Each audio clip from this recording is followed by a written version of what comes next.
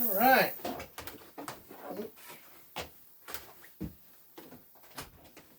So, I went in the house and I wet the board. See it? See how it's wet? Looks pretty nice, huh? I wet the board. And when I wet it, I rub it. Okay? And that way it rubs into the grains. Now, what I'm going to do is I'm going to stick it in between one of the other ones so it's square. Like that. And then I'm going to put it in this, one of these holders here. Actually, you know what I may do? I got a better idea. Because it ain't really that badly bowed. I'm going to see. Yeah, here's a better idea. We use some of these spring clamps.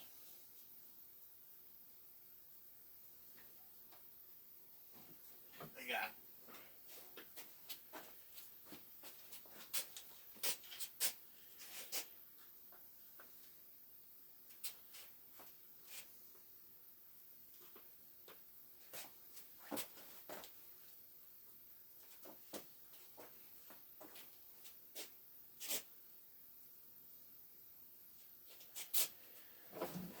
We'll use some of these springy clamps. That should be enough because it's real thin wood. So I'll put 6 spring clamps on it, as you can see. And we'll just leave it there. And we'll let it dry. Right? And it'll be good to go. Good to go. So, we got that. Tops and the bottoms. We'll let that dry. I can stick it in the sun if I want. Because the sun is out. Alright, so where are we at here? Well, I was thinking about doing a little inlay.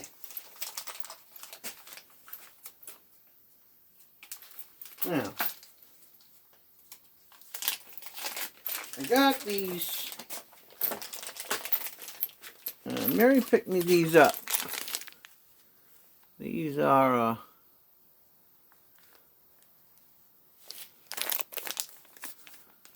abalone.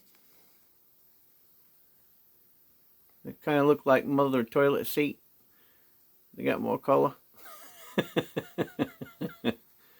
So I was thinking about doing, maybe I'll inlay a little bit of this, you know. Not a whole lot. You know, just a little bit. I'm thinking about it.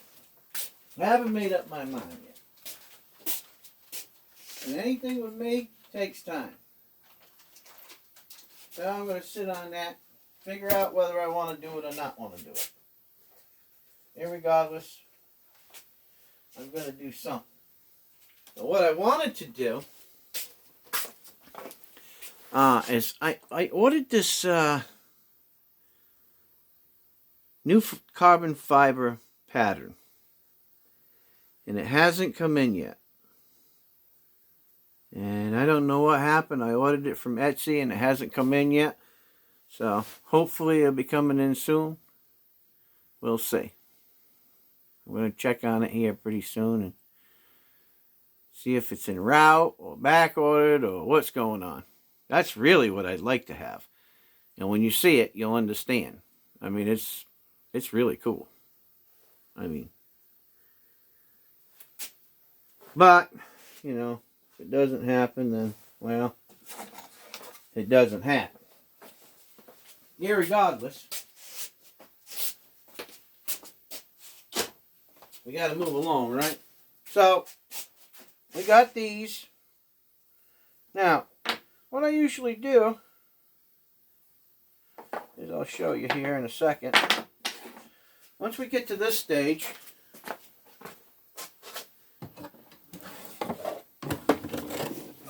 then I whip out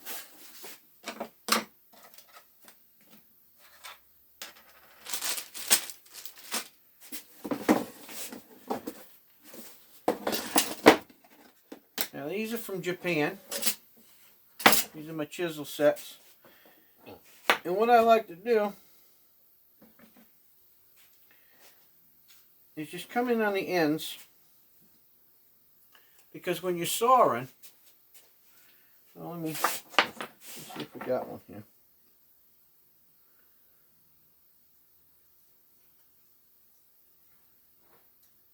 Actually, these all look pretty good.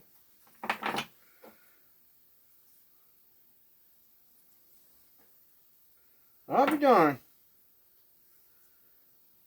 Oh, I'll show you. This one here is about the only one that I got that really looks bad. But if you look on the end of this, you see how it doesn't look square like this one? You guys see that? So I'm just going to clean that up. And you want a really sharp chisel. These chisels are out of Japan and they're really expensive. I had to save up a long time to get them. I think they had some Yamatsus too, but you know, I couldn't afford the next ones up. But I got a lot of chisels. Anyway, so I'm going to clean it up a little bit with my chisel. And when you're cleaning it up, you ain't got to dig. Just, you know, nice and easy. Control it. Control your chisel. You know, just enough to clean it up. You know, I don't use sandpaper and all that. There's no control with sandpaper, guys. Now, if you have a lot of control with a small wood file, then I suppose you could do it with that. But for old Rev, I'd rather do it with a chisel.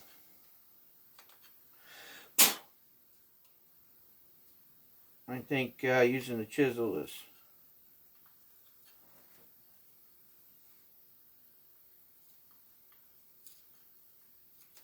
the way to go.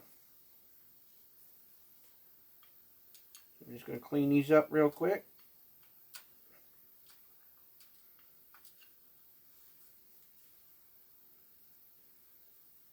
And then what I do, sometimes when you're cutting them, if you look down in this crack, if you guys can see it, you see a little geebage down in there? Sometimes what you can get is called a trace line. And what that's from is, when you're taking your saw blade and you're running it down through here, right? I make 2 passes with a saw blade to make the thickness of that. And so you might have what's called trace line. And what that is that's just a little piece of wood that is between the 2 cuts. Sometimes you don't have it, sometimes you do, depending on the width of the cut that you're making. So I just like to make sure that there's nothing left down in there. And sometimes you get it, sometimes you don't. Most of the time you'll get it if you're changing your cut depth, or you're going just a little bit wider, or you didn't have control of your piece of wood when you was running it through and running it across your fence. There's a little bit in here. I mean, it's not really bad, but I just like to make sure it's out of there and I don't have to worry about it. You'll see that here in a second.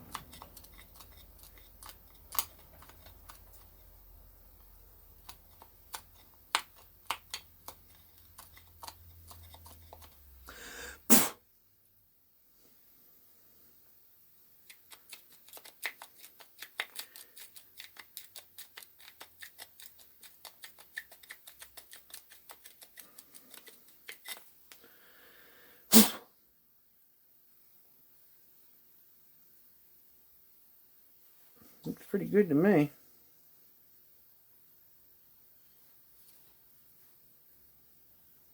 Now the channel looks a lot cleaner. If you look down in there, see how clean that is? You can see that squareness going right down through there.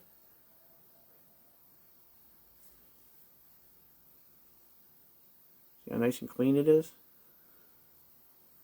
Well, the reason for that, guys, is look.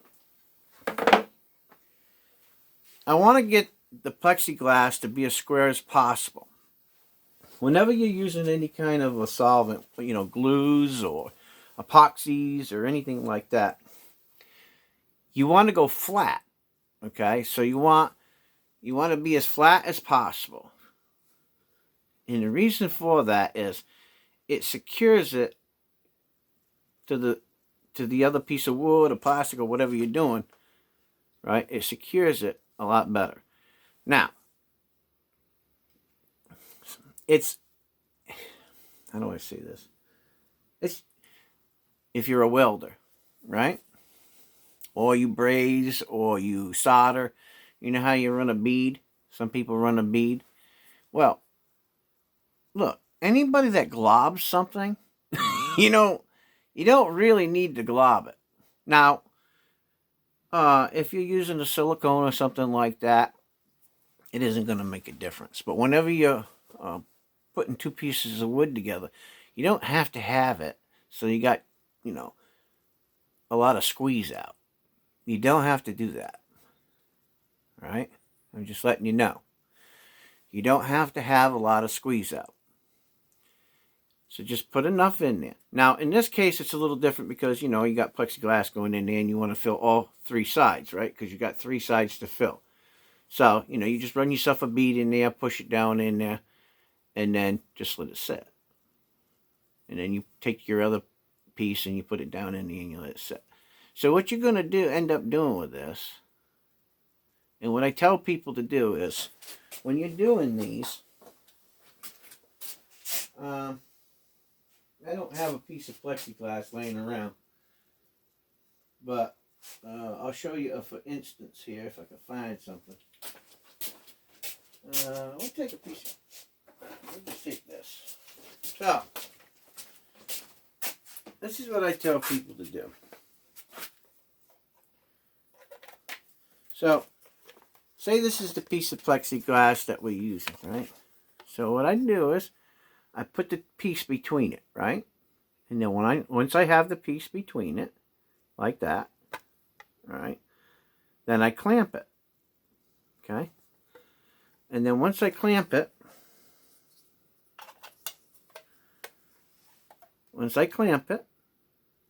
okay? Then I check it for squareness and make sure it's square. And then once it's square and I know it's square, then I set it aside and let it dry overnight. Okay? And I do that with both sides. And then the next day, I come back and I put the other two pieces of plexiglass in, and then I'll have a box. Some people like to do it all at one time. I don't agree with that. I think that the problem is there's not enough rigidity, right? And it goes wonky like this, you know?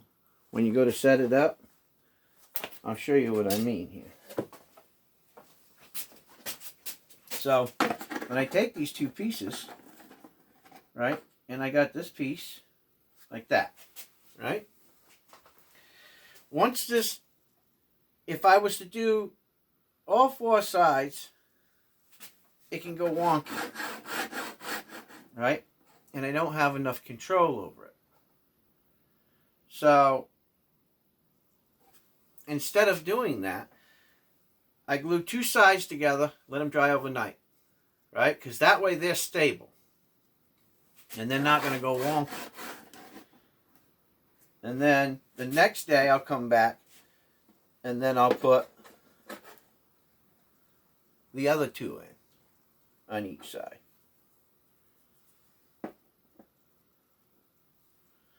I'll put the other ones in on the other side. And that way, they're done.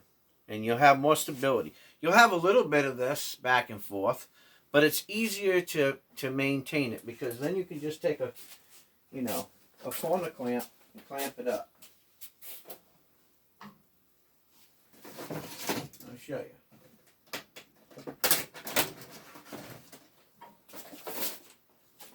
You get yourself a corner clamp like this from Betsy. See how it's got a corner right there? And you can clamp the corner in if you want. Or, you can do it the Rev way.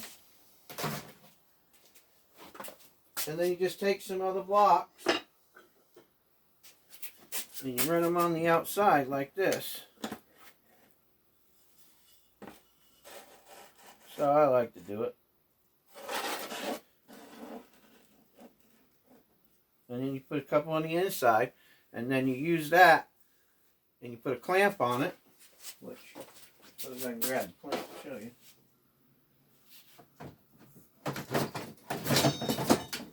Grab yourself a clamp. You put the clamp on each side, and it'll be nice and tight. Okay? You say, oh, Rev, I ain't got all them tools, and oh, man, it's going to cost me $1 million. And, well, I'm doing this video right now because I know that Uncle Joe gave you guys a stimulus. So you should be able to buy some. You can pick up some, four 36-inch clamps, probably about $6 a piece or so at Harbor Freight. And you should have clamps. Clamps come in handy for just about anything, And I would tell you to, pick yourself up some. If you're going to get into projects, spring clamps, oh, you got to pick up spring clamps. You can pick up a bag of those for like $15. Got like 10 of them in it or something like that, You just look around. Bargain hunt, right? Nothing wrong with bargain hunting. So go ahead and do that. That's important, guys. If you're going to get into woodworking, you got to have some tools. Now, you say, oh, I got to buy saws and blah, blah, blah, blah, blah, blah, blah, blah, blah. Yeah, well, it's not that expensive. Sometime I'll show you me using these. Now, these are Japanese hand saws. Right? Now, anybody that's ever used them knows these things rip. Okay? So if you're not used to these type of saws, I would say don't play with them because they're ultra sharp, and I think you can go through something probably just as fast with one of these through wood as you can with a regular circular saw. But that's your choice. But I really like them. I like them. Japanese saws. And you're going to mess things up using them. Trust me. Oh, God, yes, you're going to mess stuff up. And that's just a part of getting used to woodworking. Just the way it is. If you don't mess anything up, boy, you're lucky. Because I tend to mess stuff up, and I've been doing it a long time. So, just letting you know. You're going to mess stuff up. So, here's the thing, guys. It's like people say, oh, I can't set up my table saw. Got a table saw and I always mess it up. Well, it seems like my cuts are off. Or I don't know what's going on. Well, let me teach you something. Now, here's my table saw. Okay, this is what they call a trim saw. But I use it for a lot of things. It's run off a big motor over there on a belt. Now, what I always do before I cut these lines right here, I'll come over here and show you. So before I cut these insert lines, right, I take a piece of scrap, scrap wood, just as long as it's got a square edge, and then I run the scrap across there first, right? And then what I do is I take a look and I make the measurement. Okay? Whatever it may be. Right? And I take my T-square. And I set it.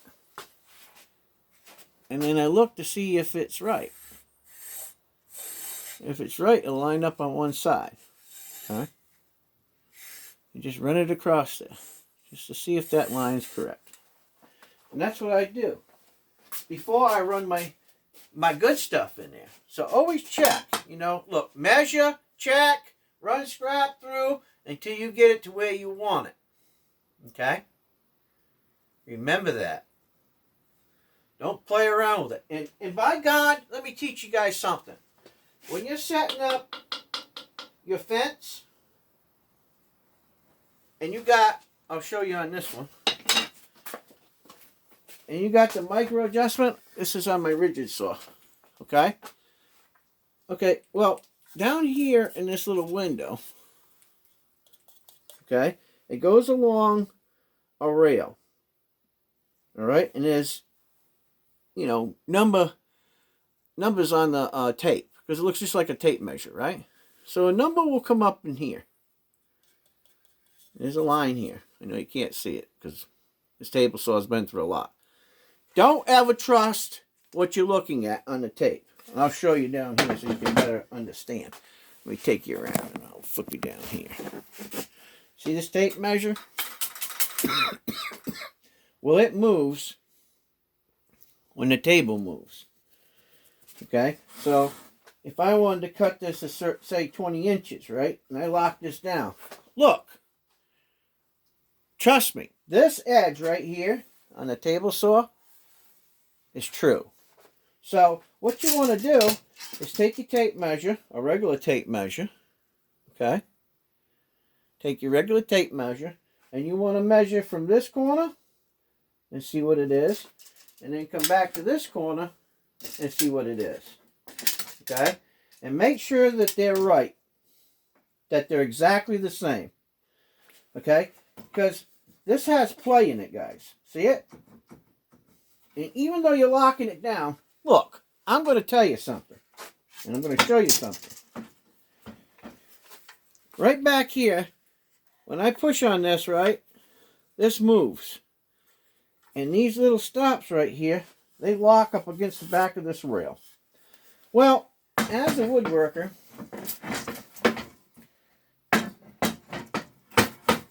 okay, you can get all kinds of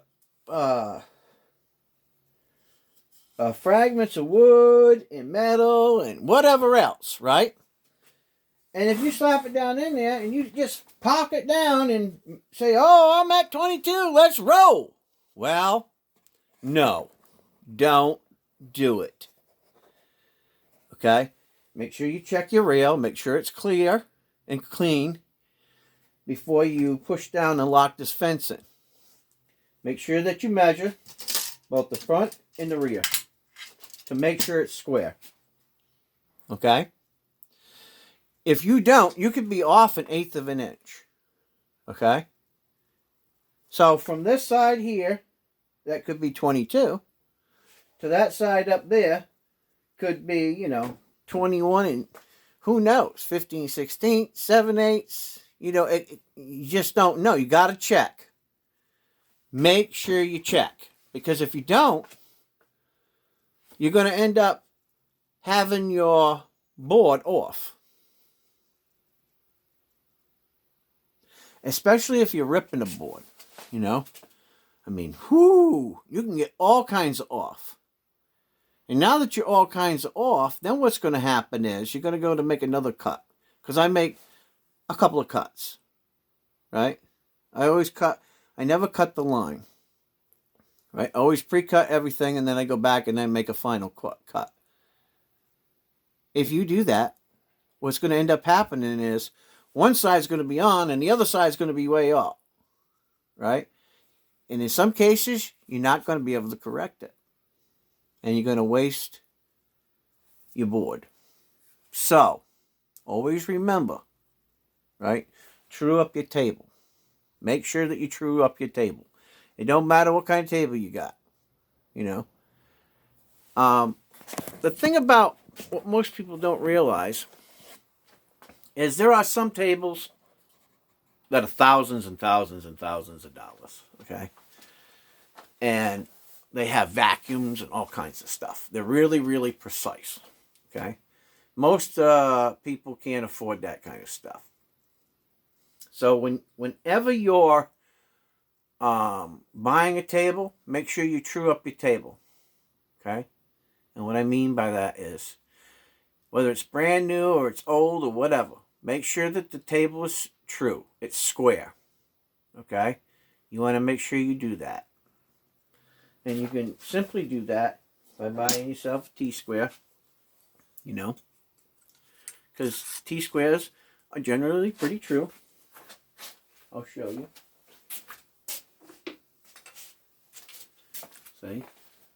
See how square that is?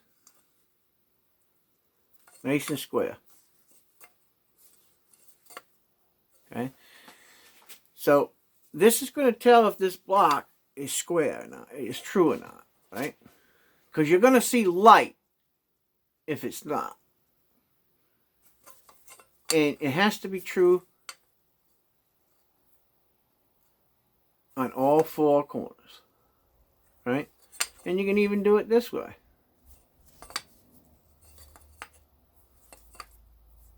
Okay?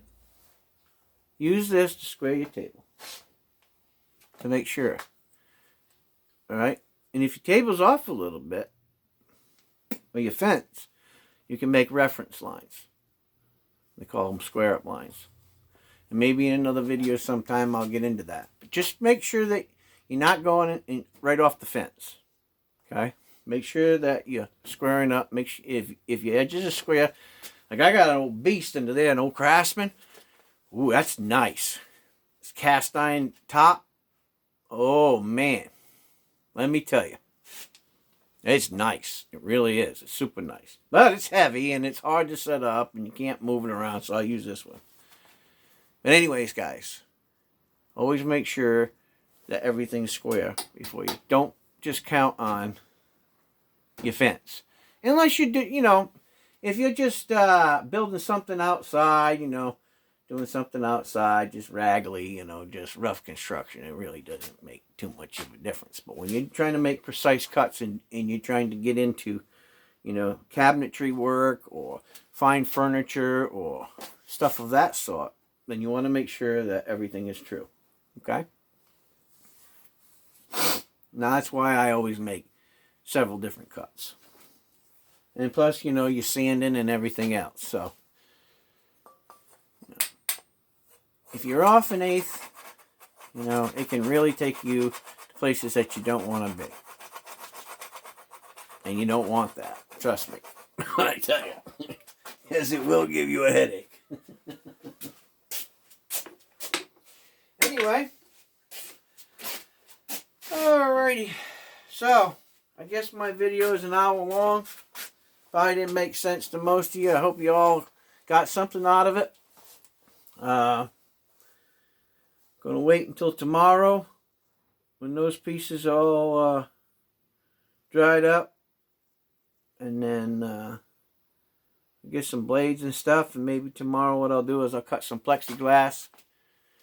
And we'll get the plexiglass ready. Or maybe I'll do it later today. I don't know. And we'll do a couple of the plexiglass. A couple sides.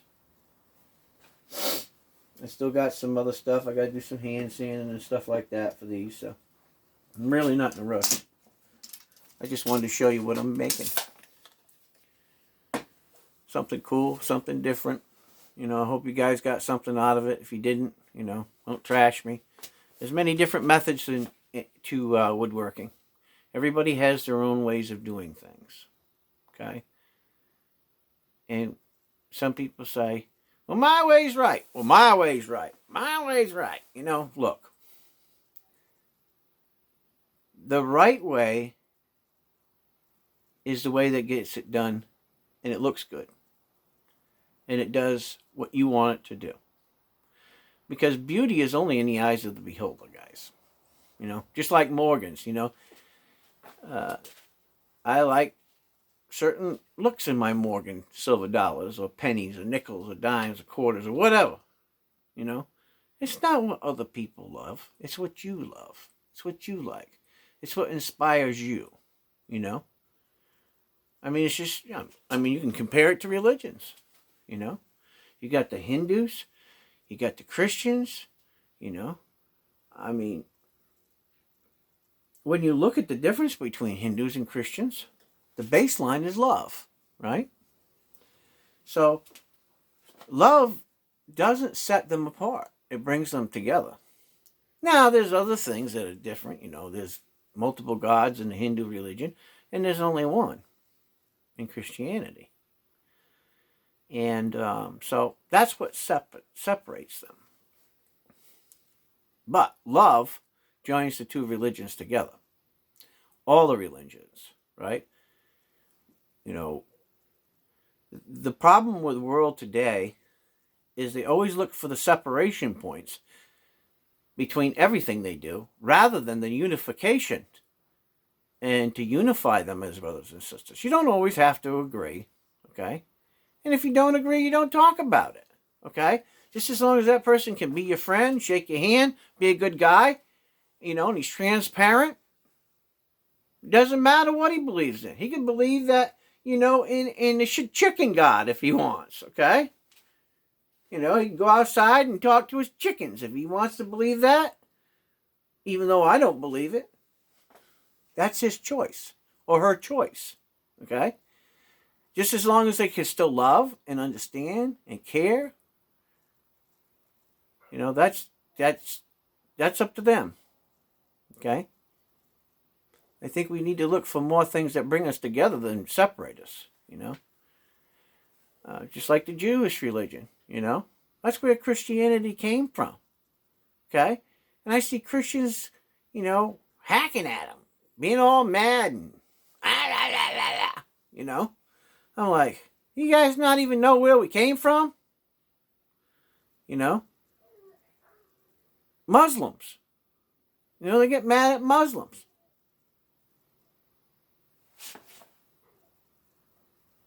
Uh-oh. I hear somebody. Oh, I think it's my dog. Anyway, don't be mad at Muslims. We all come from the same melting pot. So, no need to be getting upset. So, think about that. And it all comes down to the basics in woodworking too. There's things that we will all agree on. Well, 9 times out of 10. And then there's the things that separate us. Got to have all those certain specialty tools. Got to have the new tool. Got to be the best one on the block. Got to have the fancy. Well, not all of us have the money. I watch the Japanese, and I've learned from some Japanese